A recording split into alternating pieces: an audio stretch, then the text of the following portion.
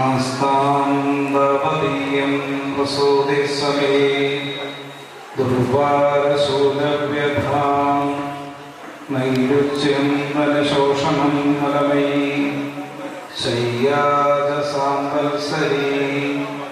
ഏകസ്യാപീനഗർഭഭാര ഭരണക്ലേശസ്യാം യസ്യാം ക്ഷമോദാതും നിഷ്കൃതീയുന്നതോ വിതനയാ തസ്യൈ ജനന്യൈ നമഃ തസ്യൈ ജനന്യൈ നമഃ തസ്യൈ മമ ജനന്യൈ നമഃ. ഓം അഖിലാനപരാധാന്മേ ക്ഷമസ്വ കരുണാനിധേ പ്രസീതവൽ ഗുരുനാഥ ജനകായ നമോ നമഃ ജനകായ നമോ നമഃ ജനകായ നമോ നമഃ മമ ജനകായ നമോ നമഃ. ഗുരുർബ്രഹ്മാ ഗുരുർവിഷ്ണു ഗുരുർദേവോ മഹേശ്വര ഗുരു സാക്ഷാത് പരബ്രഹ്മം തസ്മൈ ശ്രീ ഗുരവേ നമഃ. സദാശിവസമാരംഭാം ശങ്കരാചാര്യമധ്യമാം അസ്മദാചാര്യപര്യന്താം വന്ദേ ഗുരുപരമ്പരാം വന്ദേ ഗുരുപരമ്പരാം വന്ദേ ഗുരുപരമ്പരാം. ഓം ഗം ഗണപതയേ നമഃ. ഓം സം സരസ്വതീ നമഃ. ഓം നമഃ ശിവായ ശിവായ നമോ. ഓം നമോ ഭഗവതേ വാസുദേവായ. ഓം ഹ്രൂം നമഃ പരായ ഗോത്രേ നമഃ. ഓം മജദ്ഭുവേ നമഃ. ഓം ഹ്രീം നമഃ.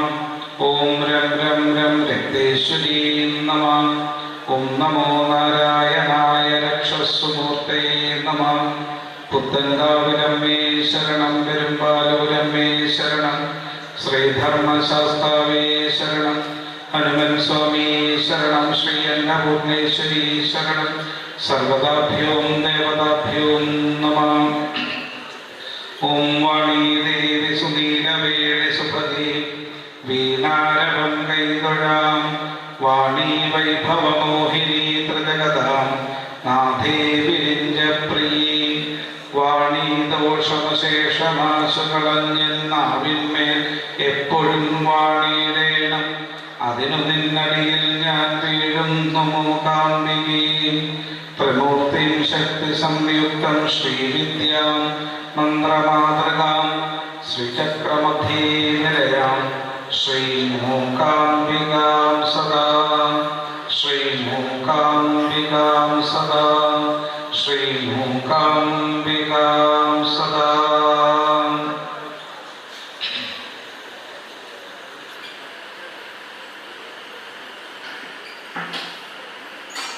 ദേവന്മാർ പോലും ഒരു പൊൽക്കൊടിയായിട്ടെങ്കിലും വന്ന് പിറക്കണമെന്ന് ആഗ്രഹിച്ച ഈ ഭാരത മണ്ണിൽ വന്നു പിറന്ന് ഈ സനാതന സംസ്കാരത്തിൻ്റെ ഭാഗമായി ഓരോ തരത്തിലും ഓരോ തലത്തിലും അതിൻ്റെ ഭാഗമാകുവാൻ ഭാഗ്യം സിദ്ധിച്ചിട്ടുള്ള നല്ലവരായിരിക്കുന്ന ഈ നാട്ടുകാരുടെ പതാരബന്ധങ്ങളിൽ സാഷ്ടാംഗ പ്രണാമങ്ങൾ അർപ്പിക്കുകയാണ്. ഒരിക്കൽ കൂടി ഭഗവതി നിർബന്ധപൂർവം ഈ വേദിയിലേക്ക് എത്തിച്ചിരിക്കുകയാണ്. കഴിഞ്ഞ പ്രാവശ്യം വളരെ അവിചാരിതമായിട്ടാണ് ഈ വേദിയിലേക്ക് എത്താൻ സാധിച്ചത്. അതുപോലെ തന്നെയാണ് ഇപ്രാവശ്യവും വളരെ നിർബന്ധപൂർവം. സാധാരണ ഒരു വേദിയിൽ ഒരു പ്രാവശ്യം പോയാൽ അടുത്ത പ്രാവശ്യം മറ്റൊരാളാണ്. അങ്ങനെ ഒരു നിർബന്ധത്തിലാണ് പോകുന്നത്. പക്ഷേ ചില ആത്മബന്ധങ്ങളുടെ ഭാഗമായി വീണ്ടും ഒരിക്കൽ കൂടി വരുവാൻ കഴിഞ്ഞത് ജീവിതത്തിലൊരു വലിയ സൗഭാഗ്യം എന്നത് തന്നെയാണ്. അങ്ങനെ ഉണ്ടാവാൻ ഒരു വലിയ കാരണവും കൂടിയുണ്ട്. വളരെ അവിചാരിതമായി കഴിഞ്ഞ പ്രാവശ്യത്തെ നവാഹത്തിൽ എന്നോടൊപ്പം വന്ന് ചേർന്ന ഒരാളാണ് ഇപ്പോൾ ഇവിടെ ഇരിക്കുന്ന ഈ ഭഗവതി. മറ്റൊരാളുടെ ഇടയ്ക്കിൽ ഇരുന്ന പൂജിച്ചുകൊണ്ടിരുന്ന ഒരു വിഗ്രഹമാണ് കഴിഞ്ഞ പ്രാവശ്യം നമ്മളുടെ നവാഹത്തിന് വേണ്ടിയിട്ട് ആ ഭഗവതിയെ നമ്മൾ എടുത്തുകൊണ്ടുവന്നതാണ്. പക്ഷെ പിന്നെ ആ ഭഗവതി എൻ്റെ അടുക്കൽ പോയിട്ടില്ല. ആ ഭഗവതി വീണ്ടും എൻ്റെ അടുക്കലേക്ക് വന്ന് എൻ്റേതായി മാറിക്കഴിഞ്ഞിരിക്കുകയാണ്. എന്നെ സംബന്ധിച്ചിടത്തോളം അതൊരു നമ്മളുടെയൊക്കെ ജീവിതത്തിൽ ഒരു വലിയ സൗഭാഗ്യം എന്ന് തന്നെയാണ് ഞാനത് ചിന്തിക്കുന്നത്. ഒരു വർഷം കൂടെ കഴിഞ്ഞു കഴിഞ്ഞാൽ ഈ ഭഗവതി നമ്മുടെ നാട്ടിൽ നിന്നും അന്യനാട്ടിലേക്ക് പോവുകയാണ്.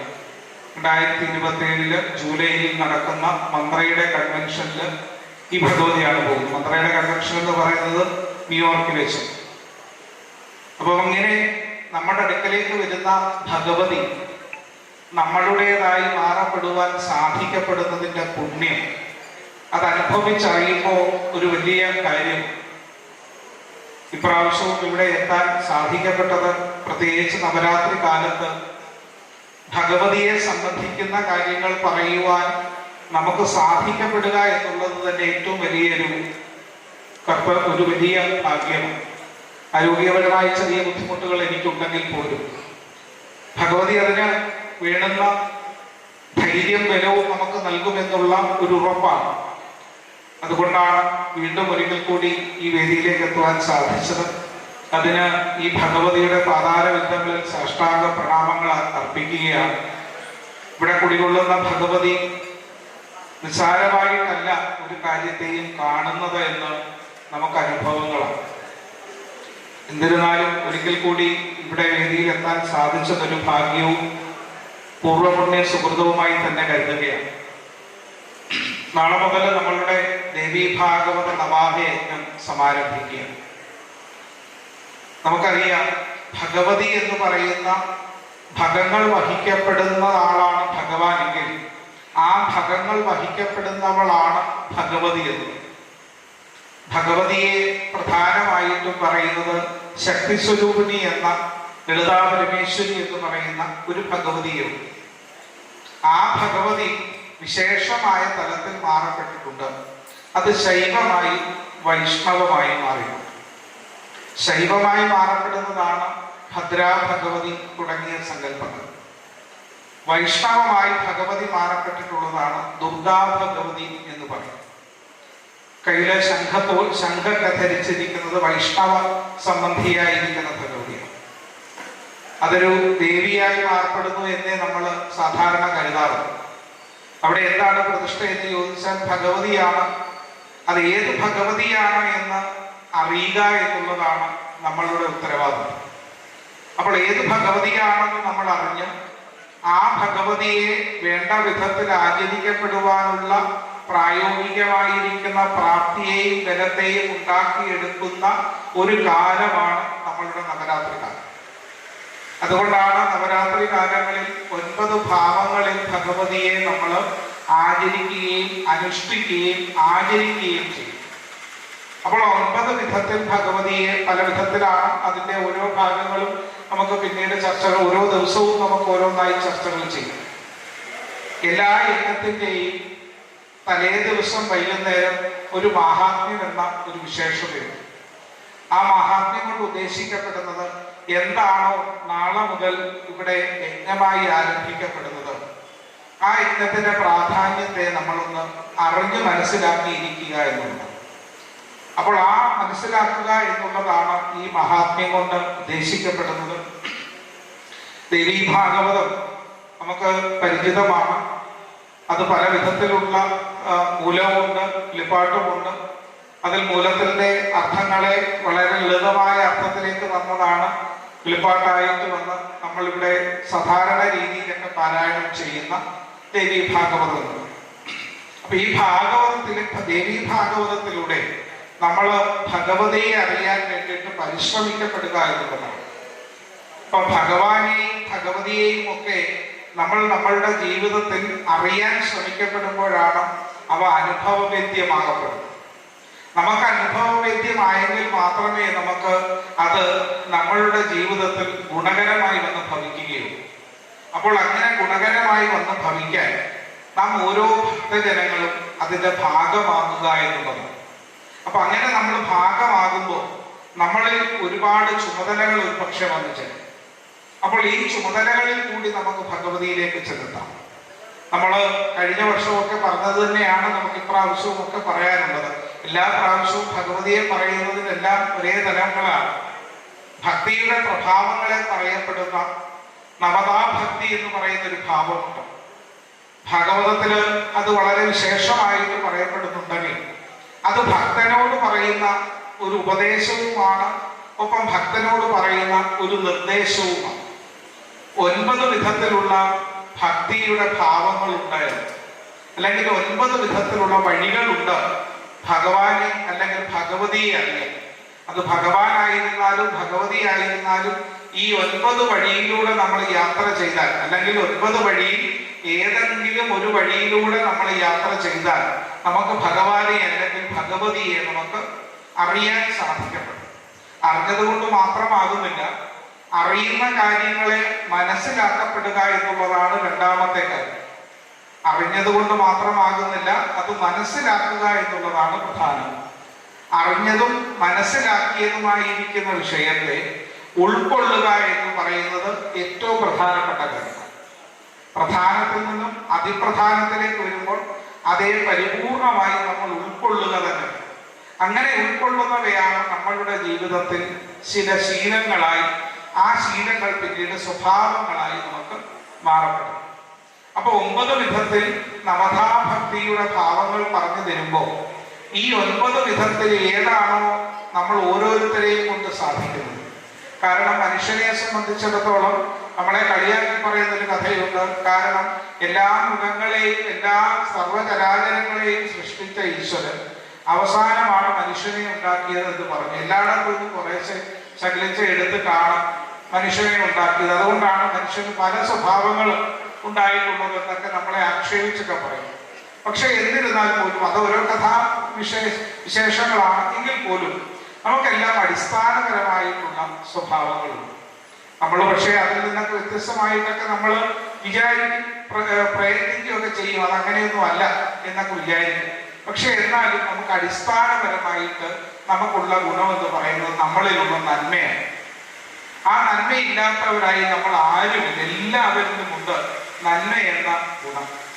അപ്പൊ നമ്മളുടെ ഉള്ളിലുള്ള ഈ നന്മകളെ നന്നായിട്ട് നമ്മളൊന്ന് മുന്നോട്ട് കൊണ്ടുവരുവാൻ വേണ്ടിയിട്ട് നമ്മൾ പരിശ്രമിക്കും. അപ്പൊ ആ പരിശ്രമിച്ചു കഴിയുമ്പോൾ നമ്മളിൽ മാനസികവും ശാരീരികവുമായിരിക്കുന്ന മാറ്റങ്ങൾ ഉണ്ടാകും. അങ്ങനെ ഉണ്ടാക്കിയെടുക്കുക എന്നുള്ളതാണ് ഓരോ യജ്ഞങ്ങൾ കൊണ്ടും ഉദ്ദേശിക്കുന്നത്. അപ്പൊ ഇന്ന് ഈ 9 ഭാവത്തിലുള്ള നവതാഭക്തിയുടെ ഭാവങ്ങൾ പറഞ്ഞു തന്നിട്ട് നമുക്ക് ഇന്നത്തെ മഹാത്മ്യം നമുക്ക് പൂർത്തിയാക്കാം. അപ്പൊ കാരണം ഈ 9 ദിവസത്തേക്കും നമുക്കത് വേണം. നമുക്കൊരു ഐഡന്റിറ്റി കാർഡ് നമുക്ക് ഏതൊരു കാര്യത്തിന് പോകുമ്പോൾ തന്നെ അത് മുഴുവൻ ദിവസവും നമ്മൾ ഉപയോഗിക്കേണ്ടതാണ്. എന്ന് പറഞ്ഞതുപോലെ അതിൽ തന്നിരിക്കുന്ന ചില നിർദ്ദേശങ്ങളും ഒക്കെ അത് നമ്മൾ കൃത്യമായിട്ട് അത് ചെയ്യുക എന്നുള്ളതാണ്.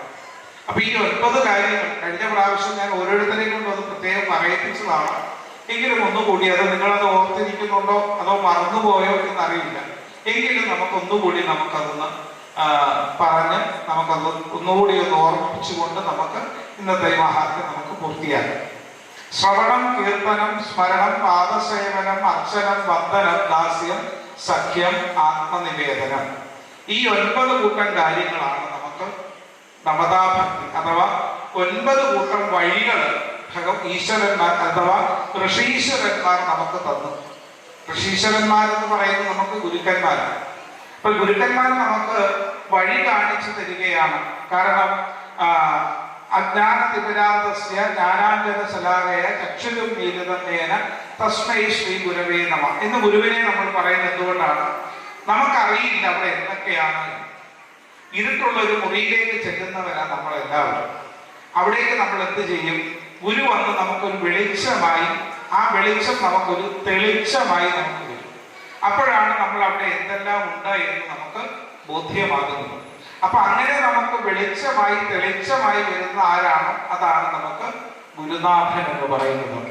അത് സദാശിവ സമാരംഭ, സദാശിവനിൽ നിന്ന് തുടങ്ങിയതാണ്. ആദ്യ ഗുരു എന്ന് പറയുന്നത് സദാശിവനാണ്. അതുകൊണ്ടാണ് എല്ലാ ക്ഷേത്രത്തിലും ആരുടെ പ്രതിഷ്ഠയുള്ളത്? സാന്നിധ്യം, പ്രതിഷ്ഠയല്ല സാന്നിധ്യമുള്ളത്. ദക്ഷിണാമൂർത്തി എന്ന് പറയുന്നത് മഹാദേവന്റെ സാന്നിധ്യമുള്ളത്.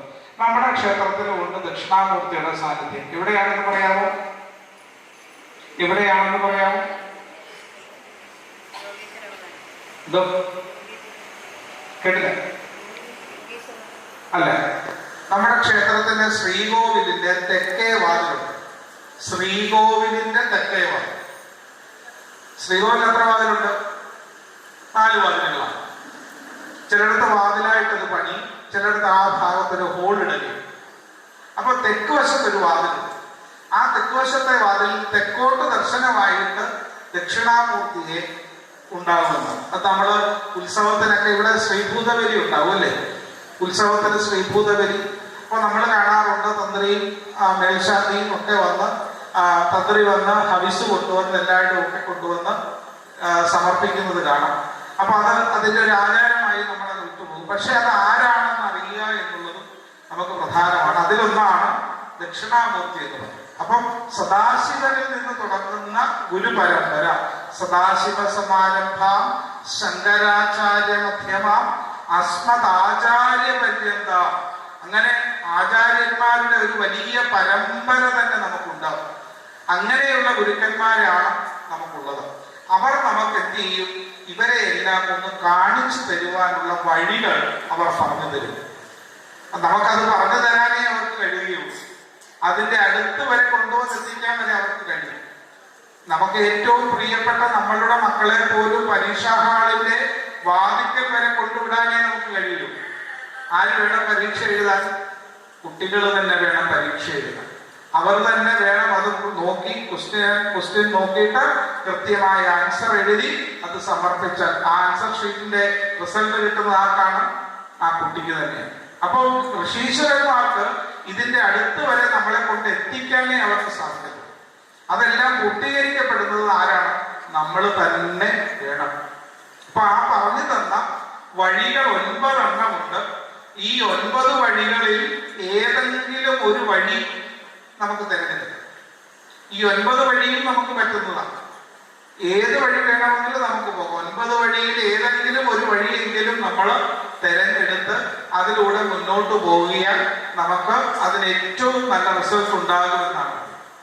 അപ്പൊ അങ്ങനെ പറയുന്നതാണ് ഈ 9 കൂട്ടം കാര്യങ്ങൾ. ഈ 9 കൂട്ടം കാര്യങ്ങൾ നിങ്ങൾ ഓർത്തിരിക്കണം. നാളെ മുതൽ വരുമ്പോൾ നിങ്ങളുടെ കയ്യിൽ ഒരു പേന എന്തായിരുന്നാലും വേണം, മറക്കരുത്. ഒരു പേനയും ഒരു പേപ്പറും കൂടെ കയ്യിൽ കരുതിക്കോളും. എന്തെങ്കിലുമൊക്കെ കിട്ടുന്നതൊക്കെ എടുത്തു വെച്ചാൽ പിന്നീട് നമുക്കത് ഭാവിയിൽ നമുക്ക് മാത്രം പ്രയോജനിച്ചു. ഒന്നാമത്തേതാണ് എന്ത്? ശ്രവണം എന്ന് പറയുന്നത്. ശ്രവണം എന്ന് പറയുന്നത് എന്താണ്? വാക്കുകൊണ്ട് തന്നെ നമുക്ക് അർത്ഥമാക്കാം. അത് കേൾക്കുക എന്നുള്ളതാണ്. എന്ത് കേൾക്കുക എന്നുള്ളത്? നല്ലത് കേൾക്കുക എന്നുള്ളതാണ്. നല്ല കാര്യങ്ങളെ കേൾക്കുക എന്നുള്ളത്. നല്ല കാര്യങ്ങൾ കേൾക്കുന്നത് നമുക്ക് ഒരു വലിയ ആശ്വാസമാണ്. നമുക്ക് വളരെ പ്രയാസപ്പെട്ട് നമ്മൾ വന്നിരിക്കുമ്പോൾ നമ്മുടെ അടുക്കലേക്ക് ഒരാൾ വന്നിട്ട് നമ്മളോട് പറയും, വിഷമിക്കേണ്ട, സാരമില്ല, ഇതൊക്കെ അങ്ങ് മാറും, ദോഷമൊക്കെ അങ്ങ് മാറും, അല്ലെങ്കിൽ ബുദ്ധിമുട്ടുകളൊക്കെ അങ്ങ് മാറും, ഇതെല്ലാം അങ്ങ് മാറിക്കോളും, ഞങ്ങളൊക്കെ ഇല്ലേ കൂടെ എന്ന് പറഞ്ഞ് തരുന്ന ഒരു വാക്ക് നമുക്ക് കേൾക്കുമ്പോൾ ഉണ്ടാകുന്ന ഒരാശ്വാസമുണ്ട്. ഈ ആശ്വാസം ഒരു വലിയ ഔഷധമാണെന്നാണ് പറയുന്നത്. അസുഖമായിട്ട് ഡോക്ടറെ അടുക്കൽ ചെല്ലുമ്പോൾ ഡോക്ടർ നമ്മളോട് പറയുന്നത് ആദ്യമേ എടുത്തു വെച്ച് നമ്മളെ അങ്ങ് ചികിത്സിക്കുകയല്ല, എന്താണെന്ന് പരിശോധിച്ചിട്ട് പറയുമോ ഇതൊന്നും കുഴപ്പമൊന്നുമില്ല, നമുക്ക് ഇതൊക്കെ മാറും, ഈ മരുന്നൊക്കെ കൃത്യമായിട്ട് കഴിച്ചു കഴിഞ്ഞാൽ എളുപ്പം നമുക്ക് മാറിക്കൊള്ളൂ, ഒരു കുഴപ്പമില്ല. ആ ഒരു വിശ്വാസമുണ്ടല്ലോ വാക്കിനകത്ത്. ആ വാക്ക് കേൾക്കുമ്പോൾ നമ്മുടെ മനസ്സിലേക്ക് ആ വാക്കൊരു ഔഷധമായി നമ്മുടെ ഉള്ളിലേക്ക് എത്തുമ്പോൾ നമുക്ക് കിട്ടുന്ന ഒരു ആശ്വാസമാണ് നമ്മളുടെ ഈ അസുഖങ്ങളെ എല്ലാം മാറ്റുന്നതിന് പ്രധാനമായിട്ടുള്ള കാര്യങ്ങൾ. അപ്പോൾ ഒന്നാമത്തേതാണ് എന്ത്? ശ്രവണം എന്ന് പറയുന്നത്. നല്ല കാര്യങ്ങൾ കേൾക്കുക. മോശമായ കാര്യങ്ങൾ ഉണ്ടാകാം നമ്മുടെ സമൂഹത്തിൽ, അതൊന്നും നമ്മുടെ വിഷയങ്ങളെ അല്ല, അതൊന്നും കേൾക്കുവാനുള്ളതല്ല നമ്മളുടെ ചെവികൾ. അതിനു വേണ്ടിയിട്ട് നമ്മൾ സമയം കളയാതിരിക്കുക. നല്ലത് കേൾക്കാൻ വേണ്ടിയിട്ട് മാത്രം നമ്മൾ ശ്രമിക്കുക. അതിനു വേണ്ടിയിട്ട് പരിശ്രമിച്ചെങ്കിലേ പറ്റുകയുള്ളൂ. നമ്മളെ ഒരാളൊരു നല്ല കാര്യം പറയുമ്പോൾ നമ്മൾ ഇത് ശ്രദ്ധിക്കാറില്ല, എന്നാൽ മോശമായിട്ടാണ് പറയുന്നത് നമ്മൾ ഒന്നുകൂടി ശ്രദ്ധിക്കും. ആ ഒരു തലത്തിൽ നിന്നും നമ്മൾ എപ്പോഴാണ് മാറപ്പെടുന്നത്, അപ്പോഴാണ് നമ്മളിൽ ആസുരികതയിൽ നിന്നും ദൈവീകതയിലേക്ക് നമ്മൾ മാറുന്നു എന്ന് നമുക്ക് ബോധ്യമാകുന്നു. അപ്പൊ ഒന്നാമത്തേതാണ് എന്ത്? ശ്രവണം. അപ്പൊ ഒന്നാമത്തെ ഇത് നല്ലത് മാത്രം കേൾക്കുക എന്നുള്ളതാണ് ഏറ്റവും നല്ല ഒരു പ്രധാനപ്പെട്ട ഒരു കാര്യം. രണ്ടാമത്തേതാണ് കീർത്തനം എന്ന് പറയുന്നത്. ഒന്നാമത്തേത് ഏതാണ്? ശ്രവണം. രണ്ടാമത്തേതാണ് കീർത്തനം. കീർത്തനം എന്ന് പറഞ്ഞാൽ എന്താണ്? നല്ലത് പറയുക എന്നുള്ളത്. നമ്മൾ കീർത്തനങ്ങളൊക്കെ ജപിക്കാറുണ്ട് അല്ലേ? നമ്മൾ കീർത്തനങ്ങളൊക്കെ ചെല്ലുമ്പോൾ ആ കീർത്തനങ്ങളിലൂടെ ആ ദേവതകളെ പറ്റിയുള്ള നല്ല കാര്യങ്ങളാണ് പറയുന്നത്. പിതാംബരം കരവിരാജിത ശംഖചക്ര കൗമോദകി സരസിജം കരുണാസമുദ്രം രാധാസഹായം അതിസുന്ദരമന്ദഹാസം പാതാലേശമനിശം ഹൃദി ഭാവയാമി എന്ന് നമ്മളിങ്ങനെ ഗുരുവായൂരപ്പനെ പ്രാർത്ഥിക്കുമ്പോൾ കരുണാസമുദ്രം എന്നൊക്കെ പറയുമ്പോൾ ആ ഭഗവാനിലുള്ള ഗുണങ്ങളെ നമ്മൾ പറയുകയാണ്. അപ്പൊ നല്ല കാര്യങ്ങളാണ് പറയാൻ. അതുകൊണ്ടാണ് നമ്മൾ എന്ത് ചെയ്യണമെന്ന് പറയുന്നത്? ക്ഷേത്രത്തിലെത്തിയാൽ നാമം ജപിക്കണം, പ്രാർത്ഥിക്കണം എന്ന് പറയുന്നത്. നമ്മൾ സ്മരിക്കാനല്ല നമ്മളോട് പറഞ്ഞു. നമ്മളൊക്കെ എല്ലാവരും ക്ഷേത്രത്തിലെത്തി എന്തേ ചെയ്യത്തുള്ളൂ? സ്മരിക്കുകയുള്ളൂ. അത് തമ്മിൽ പ്രാർത്ഥിക്കുക സ്മരിക്കുക തമ്മിലുള്ള വ്യത്യാസം എന്താണ്? പ്രാർത്ഥിക്കുക എന്ന് പറയുന്നത് ഉറക്കെ ജപിക്കുക എന്നുള്ളത്. സ്മരിക്കുക എന്ന് പറയുന്നത് നമ്മൾ ചിന്തിക്കുക മാത്രം. നമ്മൾ പറയുമല്ലോ ചിലപ്പോൾ ഇതൊന്നും ജപിക്കുന്നില്ലയോ ചോദിക്കുമ്പോൾ പറയും, നമ്മളോട് പറയുമ്പോൾ ഇതൊക്കെ പ്രാർത്ഥനയൊക്കെ മനസ്സിൽ മതി എന്ന് പറയുമ്പോൾ അത് അങ്ങനെയല്ല. പ്രാർത്ഥന മനസ്സിൽ ജപിക്കുന്നത് എന്താണ്? അത് സ്മരണയാണ്. നമുക്കതല്ല വേണ്ടത്. ഭഗവാന്റെ ഭഗവതിയുടെ അടുക്കൽ എന്താണ്? പ്രാർത്ഥനകളാണ് വേണ്ടത്. ആ പ്രാർത്ഥനകൾ ഉണ്ടാകുന്ന എന്തിനാണ്? നമുക്ക് ശ്രവണത്തിൽ നിന്നും ശ്രവണവും കീർത്തനവും എന്ന് പറയുന്ന രണ്ട് ഗുണങ്ങൾ ഉണ്ടാകാൻ വേണ്ടിയിട്ട്. നമ്മളത് ജപിക്കപ്പെടുമ്പോൾ നമ്മുടെ മനസ്സിൽ തന്നെ ആ ഒരു ഭാവത്തെ നമുക്ക് ഉണ്ടാക്കിയെടുക്കാൻ പറ്റും. ആ മനസ്സിൽ ആ ഭാവത്തെ നമുക്ക് ഉണ്ടാക്കിയെടുക്കുമ്പോൾ നമുക്ക് തന്നെ ഒരു ആശ്വാസം ഉണ്ടാകും. അതുപോലെ തന്നെയാണ് ആ നമ്മൾ ചെയ്യുന്ന പ്രാർത്ഥിക്കുന്ന കാര്യങ്ങൾ മറ്റൊരാൾ കേൾക്കുമ്പോൾ അവർക്ക് കൂടി അതൊരു ഗുണമുണ്ടാകും. അപ്പോൾ ഒരു കാര്യം കൊണ്ട് രണ്ട് ഗുണങ്ങൾ നമുക്ക് അവിടെ ഉണ്ടാകും. എന്തൊക്കെയായിരുന്നു പറഞ്ഞത്? രണ്ടെണ്ണം ശ്രവണം, കീർത്തനം. അടുത്തത് മൂന്നാമത്തേതാണ് സ്മരണം. നല്ല കാര്യങ്ങൾ നമ്മൾ ചിന്തിക്കുക എന്നുള്ളതാണ്. എപ്പോഴും നമ്മൾ പ്രായോഗികതയും കൂടി നമ്മൾ ചിന്തിക്കപ്പെടണം. നമ്മൾ നല്ല കാര്യങ്ങൾ ചിന്തിക്കുക. എന്തൊക്കെ ബുദ്ധിമുട്ടുകളും പ്രശ്നങ്ങളും പ്രയാസങ്ങളും ഒക്കെ നമ്മുടെ ജീവിതത്തിൽ ഉണ്ടായേക്കും. പ്രശ്നങ്ങളില്ലാത്തവരില്ല നമ്മുടെ ജീവിതത്തിൽ. എല്ലാവർക്കും നമുക്ക് 400 കൂട്ടം പ്രശ്നങ്ങളാണ്. പല വിധത്തിൽ പല തലത്തിൽ പല വിധത്തിൽ നമുക്ക് പ്രശ്നങ്ങൾ നമ്മുടെ അടുക്കലേക്ക്. പക്ഷെ എന്തൊക്കെ പ്രശ്നങ്ങൾ ഉണ്ടായാൽ പോലും ഇതൊന്നും നമ്മളെ ബാധിക്കപ്പെടില്ല. ഇതിൽ നിന്നല്ല ഞാൻ രക്ഷപ്പെടും, അല്ലെങ്കിൽ എനിക്ക് വിജയിക്കാൻ സാധിക്കുമെന്നുള്ള ഒരു നല്ല ധൈര്യമുണ്ട്. അതിനെന്റെ കൂടെ എന്റെ ദേവലശ്ശേരി ഭഗവതിയുണ്ട്. ഭഗവതിയുടെ അടുക്കൽ ചെന്ന് ഞാൻ കാര്യങ്ങൾ പറഞ്ഞാൽ ഭഗവതി എന്നെ രക്ഷപ്പെടുത്തും എന്നുള്ള ഒരു വലിയ വിശ്വാസം, ആ ബലമുണ്ടല്ലോ, ആ സ്മരണമാണ് നമ്മുടെ ജീവിതത്തിൽ നമുക്കൊരു ധൈര്യം തരുന്നത്. ഇരുട്ടത്ത് പോകുമ്പോൾ ടോർച്ചിലെ വെളിച്ചം കൊണ്ട് നമുക്ക് തോന്നുന്ന ഒരു ധൈര്യമുണ്ട്. ആ ടോർച്ചുള്ളത് കൊണ്ടൊന്നും നമുക്ക് വരാനുള്ളത് വഴി തങ്ങുകയെന്നുണ്ട്. പക്ഷെ എങ്കിലും നമുക്കൊരു ധൈര്യമുണ്ട്. ആ ധൈര്യം ആണ് സ്മരണം എന്ന് പറയുന്നത്. ഏതൊരു തരത്തിലാണെങ്കിലും ഈശ്വരൻ നമ്മളോടൊപ്പം ഉണ്ടാകും. അതിനു വേണ്ടിയിട്ട് ഈശ്വരനെ നന്നായി സ്മരിക്കുക എന്നുള്ളതും നമുക്ക് പ്രധാനപ്പെട്ട ഒരു കാര്യമാണ്. രാവിലെ അതുകൊണ്ടാണ് നമ്മളോട് പണ്ട് പറയും, രാവിലെ എഴുന്നേൽക്കുമ്പോൾ എന്താണ്? കരാഗ്രേ വസുദേ ലക്ഷ്മി കരമധ്യേ സരസ്വതി കരമൂലേതു ഗോവിന്ദം പ്രഭാതേ കരദർശനം. കൈയൊക്കെ നോക്കി പ്രാർത്ഥിച്ച് എൻ്റെ ഈ കരങ്ങളാണ് എൻ്റെ കർമ്മങ്ങൾ ചെയ്യാനുള്ളത്. അപ്പൊ അതുകൊണ്ട് ഈ എൻ്റെ കരങ്ങളിൽ വസിക്കപ്പെടുന്നത് കരാഗ്രേ വസുദേ ലക്ഷ്മി കരമധ്യേതു സരസ്വതി കരമൂലേതു ഗോവിന്ദം പ്രഭാതേ കരദർശനം എന്ന് നമ്മൾ പറഞ്ഞ് പ്രാർത്ഥിച്ചുകൊണ്ട് നമ്മൾ തുടങ്ങുകയാണ്. ഒരു ദിവസം ആരംഭിക്കുക. അപ്പോ അത് കഴിയുമ്പോൾ നമ്മൾ എന്ത് പറയും? സമുദ്രവസനേ ദേവി പർവ്വതസ്വന മണ്ഡലേ വിഷ്ണുപത്നി നമസ്തുഭ്യം പാദസ്പർശം ക്ഷമസ്വമേ എന്ന് പറഞ്ഞ് നമ്മൾ എന്ത് ചെയ്യും? തറയിലൊക്കെ ഒന്ന് തൊട്ട് നെറ്റിക്കൊക്കെ വെച്ച് നമ്മൾ ഒരു ദിവസം ആരംഭിക്കും. എന്താണ്? ആദ്യത്തെ ഒരു തുടക്കം തന്നെ അതിരാവിലെ എഴുന്നേൽക്കുമ്പോൾ നമുക്ക് തന്നെ ഒരു നല്ല ആശ്വാസത്തോടു കൂടി സമാധാനത്തോടു കൂടി എഴുന്നേൽക്കുകയാണ്. ഇപ്പോൾ ഏറ്റവും കൂടുതൽ ഉണ്ടാകുന്ന അസുഖങ്ങൾ അറ്റാക്കാണെന്ന് പറയും. എന്താണ്? നമ്മൾ ചാടി എഴുന്നേൽക്കുകയാണ്, ബഹളം കേട്ട് എഴുന്നേൽക്കുകയാണ്, അലാറമൊക്കെ കേട്ട് നമ്മൾ ഞെട്ടിയാണ് എല്ലാവരും പലരും എഴുന്നേൽക്കുന്നില്ലേ? എളുപ്പം എഴുന്നേക്കാൻ വേണ്ടിയിട്ട് വലിയ ശബ്ദത്തോടു കൂടി നമ്മൾ അലാറമൊക്കെ വെക്കും. അലാറമൊക്കെ കേട്ട് നമ്മൾ ഞെട്ടി ചാടി എഴുന്നേറ്റ് പോകുമ്പോഴൊക്കെയാണ് പല വിധത്തിലുള്ള ബുദ്ധിമുട്ടുകളൊക്കെ ഉണ്ടാകുക എന്നൊക്കെ പല മെഡിക്കൽ റിപ്പോർട്ടുകളൊക്കെ പറയുമ്പോൾ, ഇതൊന്നും ഉണ്ടാകാതിരിക്കാൻ വേണ്ടിയിട്ടാണ് ഒരല്പസമയം ഒരു 2 മിനിറ്റ് നേരമെങ്കിലും നമുക്ക് സ്വസ്ഥതയിലേക്ക് നമ്മൾ പോകാൻ വേണ്ടിയിട്ട് നമുക്ക് സാധിക്കുന്നത്. അപ്പൊ അതുകൊണ്ട് എന്ത് വേണം? നമ്മുടെ ജീവിതത്തിൽ പ്രധാനപ്പെട്ട 3 കാര്യങ്ങളിൽ ഏതെങ്കിലും ഒരു കാര്യം നമ്മൾ മുന്നോട്ട് കൊണ്ടുവരണം. ഏതൊക്കെ? ശ്രവണം, കീർത്തനം, സ്മരണം. ഇത് ഇത്രയും ഒരു സെറ്റാണ്. ഇത് 3-ൽ ഏത് തുടങ്ങിയാലും നമുക്ക് ഈ 3 ഗുണങ്ങളും കിട്ടും. നമ്മൾ പറയത്തില്ല ഗെറ്റ് വൺ ഫ്രീ എന്ന് പറയത്തില്ല. ഒന്നെടുത്താൽ ഒന്ന് ഫ്രീയാണ്. ഇത് ഒന്നെടുത്താൽ എന്താണ്? 2 ഫ്രീയാണ്. ഒന്നുകിൽ നമുക്ക് ശ്രവണം എടുക്കാമെങ്കിൽ കീർത്തനവും സ്മരണവും നമുക്ക് അതിന്റെ കൂട്ടത്തിൽ എന്ന് പറഞ്ഞ പോലെ ഇതിൽ ഏതെങ്കിലും ഒന്നെടുത്താൽ ഈ ബാക്കി ഈ 3 കാര്യങ്ങളും നമ്മളിലേക്ക് വന്നു ചേരും.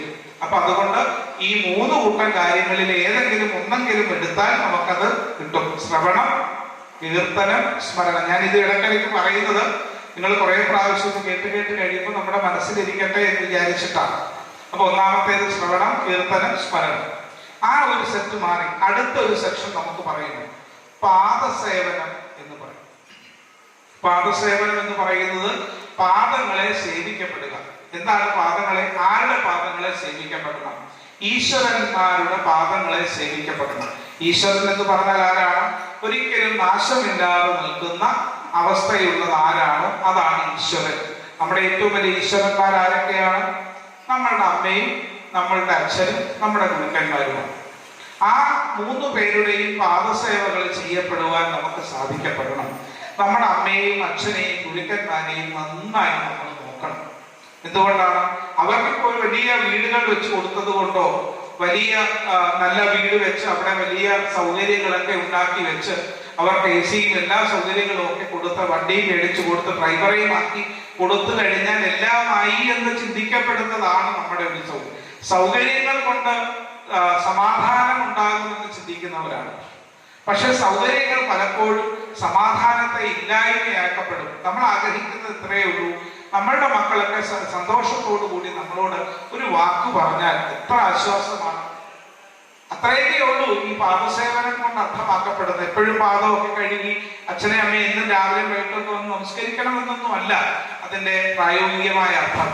നമ്മുടെ അമ്മയെയും അച്ഛനെയും ഒരിക്കൽ ഒരു ദിവസം ഒരു നേരമെങ്കിലും നമുക്ക് നന്നായിട്ട് ഒന്ന് ഓർക്കുകയും അവർക്ക് വേണ്ടിയിട്ട് അല്പസമയം നമുക്ക് മാറ്റി വെക്കുവാൻ നമുക്ക് സാധിക്കപ്പെടുകയും ചെയ്യപ്പെടുക എന്നുള്ളതാണ് പ്രധാനം. അതാണ് പാദസേവനം. പാദസേവനത്തിൽ ഒത്തിരി കാര്യങ്ങൾ അമ്മ ആരാണെന്നും അച്ഛൻ ആരാണെന്നും ഗുരുക്കന്മാരാരാണെന്നും ഒക്കെ പറയണം. പക്ഷെ അത് നമുക്ക് പിന്നെ ഇതിന്റെ ഇടയ്ക്ക് ഒരു ദിവസം വിശദമായിട്ട് നമുക്ക് പറയാം. അപ്പൊ അതാണ് പാദസേവനം.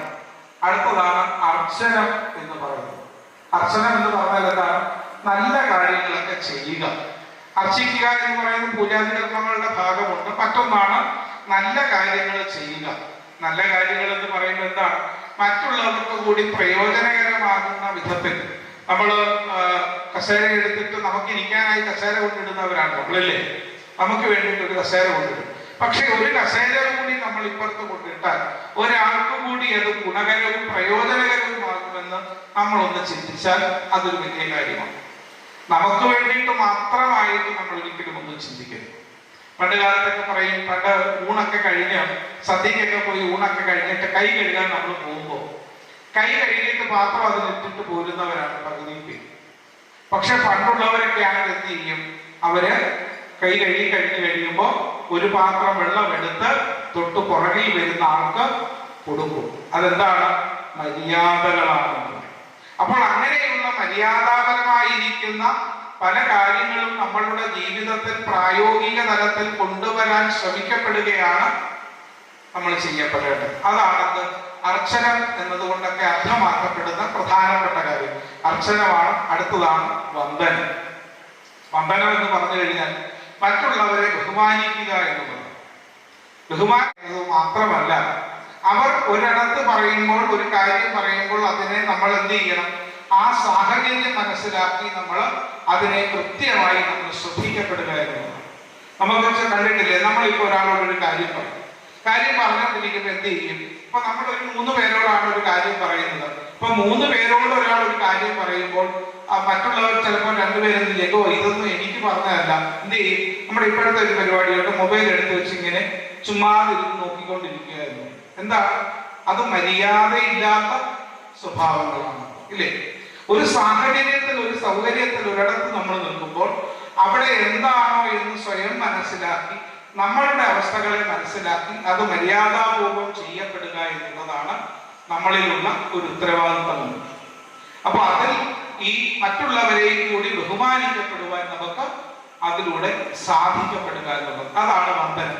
മറ്റുള്ളവരെ നമ്മൾ ബഹുമാനിക്കുക, ആവശ്യത്തിന് നമ്മൾ എല്ലാവരോടും സ്നേഹത്തോടും ബഹുമാനത്തോടും കൂടി മുന്നോട്ട് പോവുക. അപ്പൊ ഏതൊക്കെയാണ്? ശ്രവണം, കീർത്തനം, സ്മരണം, പാദസേവനം, അർച്ചനം, വന്ദനം. അടുത്തതാണ് ദാസ്യം എന്ന് പറയുന്നത്. ദാസ്യം എന്ന് പറഞ്ഞു കഴിഞ്ഞാൽ ആ ദാസ്യപ്രവർത്തികൾ, അതായത് മറ്റുള്ളവർക്ക് വേണ്ടിയിട്ട് നമ്മൾ ചെയ്യുന്ന കാര്യം.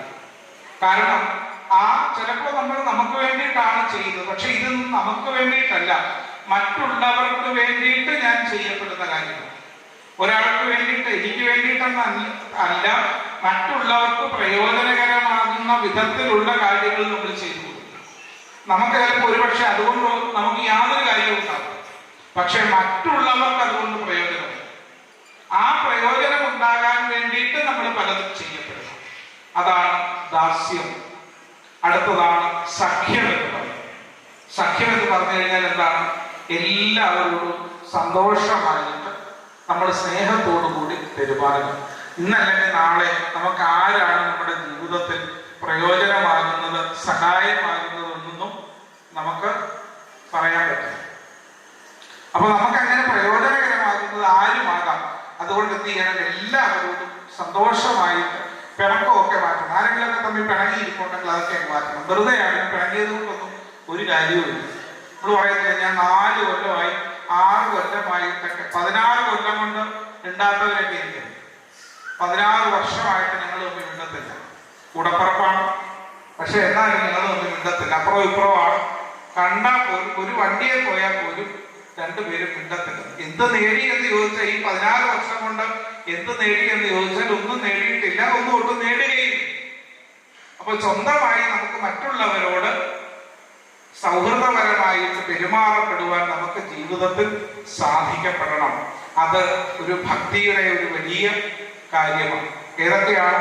ശ്രവണം, കീർത്തനം, സ്മരണം, പാദസേവനം, അർച്ചനം, വന്ദനം, ദാസ്യം, സഖ്യം. അടുത്ത 9ാമത്തേതാണ് ആത്മനിവേദനം. ആത്മനിവേദനം എന്ന് പറഞ്ഞാൽ എന്താണ്?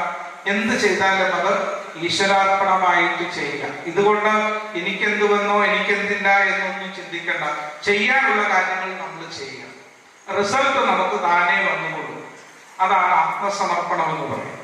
ഇങ്ങനെയുള്ള ഈ 9 കൂട്ടം കാര്യങ്ങളിൽ ഏതെങ്കിലും ഒരു കൂട്ടമെങ്കിലും നമ്മളുടെ ജീവിതത്തിൽ സ്വഭാവമായി വരുവാൻ നമുക്ക് സാധിക്കപ്പെടും. അങ്ങനെ സാധിക്കപ്പെട്ടാൽ നമുക്ക് നമ്മുടെ ജീവിതത്തിൽ ഒരുപാട് മാറ്റങ്ങൾ ഉണ്ടാകുമെന്നുള്ള കാര്യത്തിൽ യാതൊരു സംശയവുമില്ല.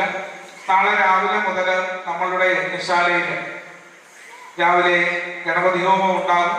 6 മണിയായിട്ടേ ഉള്ളൂ ഗണപതി ഹോമം. 6 മണിയാകുമ്പോൾ ഗണപതി ഹോമം ഉണ്ടാകും. സാധാരണ ഗണപതി ഹോമത്തിനൊന്നും ആരും കാണത്തില്ല.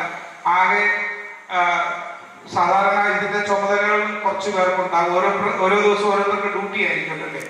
ഓരോരുത്തർക്കൊക്കെ ഡ്യൂട്ടി വെച്ചിട്ടുണ്ട്. ഡ്യൂട്ടിക്കാർ മാത്രം രാവിലെ കാണും. അതൊക്കെ മാറണം. നമ്മൾ കുറച്ച് ഈ 9 ദിവസങ്ങളിൽ 9 ദിവസമൊക്കെ നമുക്ക് അതിനു വേണ്ടിയിട്ട് പരിശ്രമിക്കാൻ നമ്മൾ വിചാരിച്ചാൽ പറ്റുന്ന കാര്യങ്ങളുണ്ട്. രാവിലെ ഗണപതി ഹോമം നടക്കുന്ന സമയത്ത് ഓരോ ദിവസവും വിശേഷമായിട്ടുള്ള ഓരോ ഗണപതി ഹോമങ്ങളാണ്. അപ്പൊ ആ ഗണപതി ഹോമങ്ങൾ നടക്കുന്ന സമയത്ത് ആ ഗണപതി ഹോമത്തിൽ നമുക്ക് പ്രാർത്ഥിച്ച് സമർപ്പിക്കുവാൻ നമുക്ക് യജ്ഞശാലയിലെ ഗണപതി ഹോമത്തിനകത്ത് സാധിക്കും. ക്ഷേത്രത്തിൽ നടക്കുമ്പോൾ നമുക്കതൊന്നും സാധിക്കത്തില്ല. പക്ഷേ എന്ത് പറ്റും? നമുക്ക് ക്ഷേത്രത്തിലെ യജ്ഞശാലയിൽ നടക്കുമ്പോൾ നമുക്ക് ഗണപതി ഹോമം നടക്കുമ്പോൾ പ്രാർത്ഥിച്ച് സമർപ്പിക്കാനൊക്കെ സാധിക്കും. അതിന് നമുക്ക് പങ്കെടുക്കാം. അതോടൊപ്പം തന്നെ ഗണപതി ഹോമം കഴിഞ്ഞു കഴിഞ്ഞാൽ പിന്നെ ഗ്രന്ഥ നമസ്കാരമാണ്. ഗ്രന്ഥ നമസ്കാരം ഈ 9 ദിവസം ഭഗവതിയെ സംബന്ധിക്കുന്ന കാര്യങ്ങൾ പറഞ്ഞു തരുന്ന ഭാഗവതത്തെ, ദേവി ഭാഗവത്തെ പൂജിക്കുകയാണ് ഒന്ന് ആ ഗ്രന്ഥ നമസ്കാരം എന്ന് പറയുന്നത്. അപ്പൊ ആ ഗ്രന്ഥ നമസ്കാരത്തിൽ നമുക്ക് പങ്കുചേരാം. അതിനുശേഷം ലളിതാ സഹസ്രനാമമുണ്ട്. കഴിഞ്ഞ വർഷം നിങ്ങളോട് ഞാനൊരു കാര്യം പറഞ്ഞായിരുന്നു, ഓർമ്മയുണ്ടോ?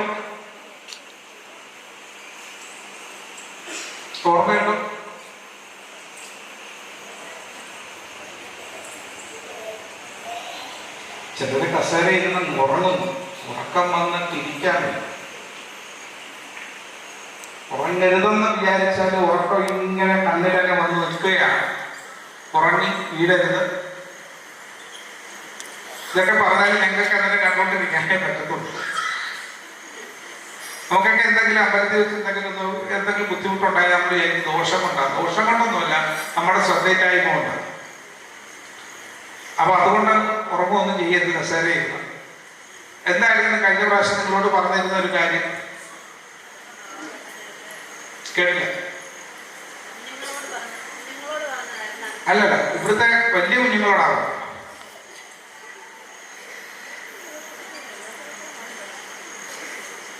ഇവിടുത്തെ വലിയ കുഞ്ഞുങ്ങളോട് പറഞ്ഞാൽ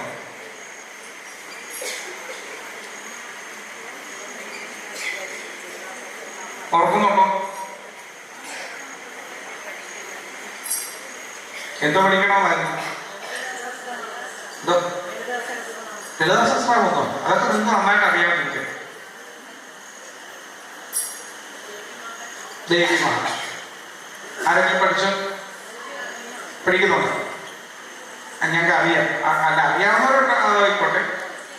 ദേവി മഹാത്മ്യം നിങ്ങളൊക്കെ പഠിക്കണമെന്ന് പറഞ്ഞാൽ ഇങ്ങനെ ഒരു മാസത്തിൽ ഒരു ദിവസം എല്ലാവരും ഇവിടെ വന്നിരുന്ന് ദേവി മഹാത്മ്യം ജീവിക്കണമെന്ന് പറഞ്ഞായിരുന്നു. ജീവിക്കുമായിരുന്നു? നന്നായി, അത് നന്നായി. അപ്പൊ എന്തായിരുന്നാലും നമ്മളിങ്ങനെ ആണല്ലോ നമ്മൾ പറയണ്ടല്ലോ. നമുക്കത് പറയുക എന്നുള്ളതാണ് നമ്മുടെ ജോലി. അത് ചെയ്യും.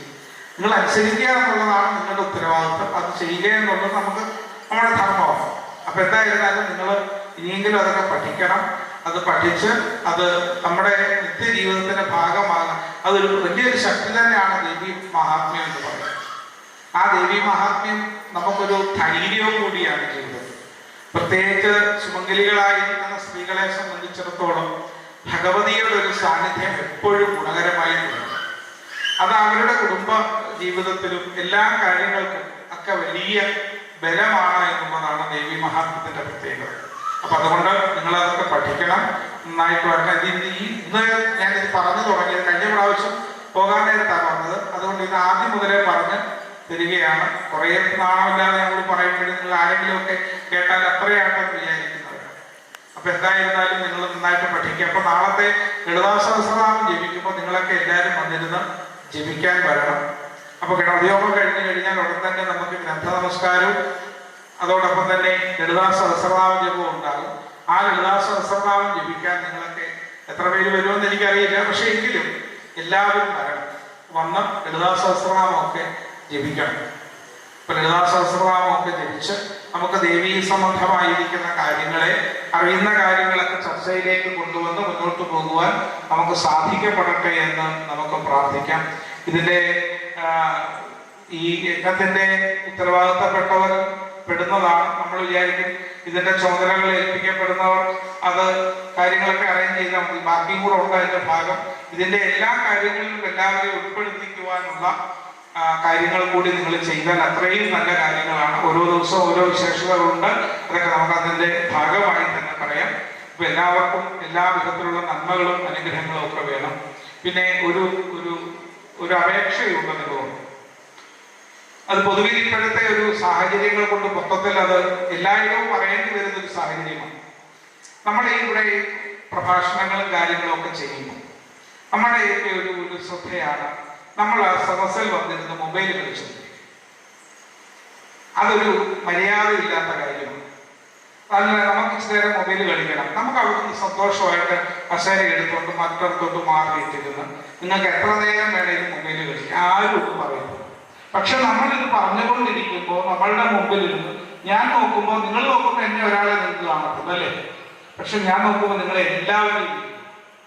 അപ്പൊ നമ്മുടെ ഇടയിൽ ഒരാൾ അങ്ങനെ ബുദ്ധിമുട്ട് കാണിക്കുമ്പോൾ നമുക്കതൊരു അസൗകര്യങ്ങളാകും. അതുകൊണ്ട് അതൊരു അപേക്ഷയാണ്. നമുക്ക് മൊബൈലിൽ ഇപ്പൊ അത്യാവശ്യം പല കാര്യങ്ങളും കോളുകൾ വരുന്നുണ്ടാകാം, അത്യാവശ്യമുള്ളവർ വിളിക്കുന്നുണ്ടാകാം, നമുക്കതിന് ആൻസർ ചെയ്യേണ്ടത് തന്നെയാകാം. അപ്പൊ അങ്ങനെയൊക്കെ വരുമ്പോൾ നമുക്ക് അതുകൊണ്ട് അപ്പുറത്തോട്ട് മാറിയിരുന്ന് കാര്യങ്ങളെല്ലാം ഭംഗിയായി ചെയ്ത് നമ്മൾ ഒളിച്ചൊന്നും ചെയ്യേണ്ട ഇതിനാണ്. ഒളിക്കുകയൊന്നും വേണ്ട, അവരവരുടെ ഫോണാണ്, അവരവരുടെ ആൾക്കാരാണ്. അപ്പൊ നമുക്ക് അതൊക്കെ ചെയ്യാം. അതാണ് സൗകര്യപ്രദമായ സ്ഥലത്തോട്ട് മാറിയിരുന്ന് വിളിച്ച് സംസാരിച്ച് എല്ലാം കഴിഞ്ഞിട്ട് സ്വസ്ഥമായിട്ട് വന്നിരിക്കും. നമ്മുടെ അടുക്കൽ വന്നിരുന്ന്, നമ്മുടെ മുമ്പിൽ വന്നിരുന്ന്, അല്ലെങ്കിൽ നമ്മുടെ അടുക്കൽ വന്നിരുന്ന് ഇങ്ങനെ മൊബൈലിൽ കളിച്ചുകൊണ്ടിരിക്കുന്നത് അതൊരു ശരിയല്ല. അത് മനസ്സിലാക്കാൻ അറിവും ബോധവും ഒക്കെ തോടുകൂടി ചിന്തിക്കുക, നമ്മൾ സ്വയം ചിന്തിക്കുക, നമ്മൾ ചെയ്യുന്നത് ശരിയാണോ എന്ന്. ആ ചിന്ത നമുക്ക് മാറ്റങ്ങൾ ഉണ്ടാക്കിയെടുക്കാൻ വരട്ടെ. അങ്ങനെ മാറ്റങ്ങളിലൂടെ നമുക്കൊരു വ്യത്യാസങ്ങളൊക്കെ ഉണ്ടാകാൻ സാധിക്കപ്പെടട്ടെ എന്ന് ഈ ഒരു അവസരത്തിന് എല്ലാവരോടും പ്രാർത്ഥിച്ചുകൊണ്ട്, എല്ലാവർക്കും എല്ലാവിധത്തിലുള്ള നന്മകളും അനുഗ്രഹങ്ങളും ഒക്കെ ഉണ്ടാകുന്നതായി മാറപ്പെടട്ടെ എന്ന് ഒരിക്കൽ കൂടി പ്രാർത്ഥിക്കുന്നു. എല്ലാവർക്കും ഒരു നല്ല ശുഭരാത്രി നേരുന്നു. നമുക്ക് നാളെ രാവിലെ വീണ്ടും കാണാം. 6 മണിയാകുമ്പോഴേക്കും എല്ലാവരും എത്തുക, നമ്മുടെ ഹോമത്തിൽ പങ്കെടുക്കുക, മറ്റുള്ള ചടങ്ങുകളുടെ ഭാഗമാകുക. പല വീട്ടിലെ പല ജോലികളും കാര്യങ്ങളും ഒക്കെ ഉണ്ടാകും, അതൊന്നിനും മാറ്റി വെക്കരുത്. അതൊക്കെ വേണ്ട കാര്യങ്ങൾ, വീട്ടിലെ കാര്യങ്ങളെല്ലാം നമ്മൾ കൃത്യമായി ചെയ്യണം. വീട് ഒരു ദേവാലയം തന്നെയാണ്. ആ വീട്ടിലെ കാര്യങ്ങൾ നമ്മൾ കൃത്യമായി ശ്രദ്ധിക്കുക കൂടി വേണം. അതുകൂടി പ്രത്യേകമായിട്ട് ശ്രദ്ധിച്ചുകൊണ്ട് നമുക്ക് മുന്നോട്ട് പോകാൻ ഭഗവതി നമ്മളെ അനുഗ്രഹിക്കട്ടെ എന്ന് ഒരിക്കൽ കൂടി പ്രാർത്ഥിക്കുന്നു. എല്ലാവർക്കും എല്ലാ ഐശ്വര്യങ്ങളും നന്മകളും എന്നും എപ്പോഴും ഉണ്ടാകട്ടെ എന്ന് ഒരിക്കൽ കൂടി പ്രാർത്ഥിക്കുന്നു. നമസ്കാരം.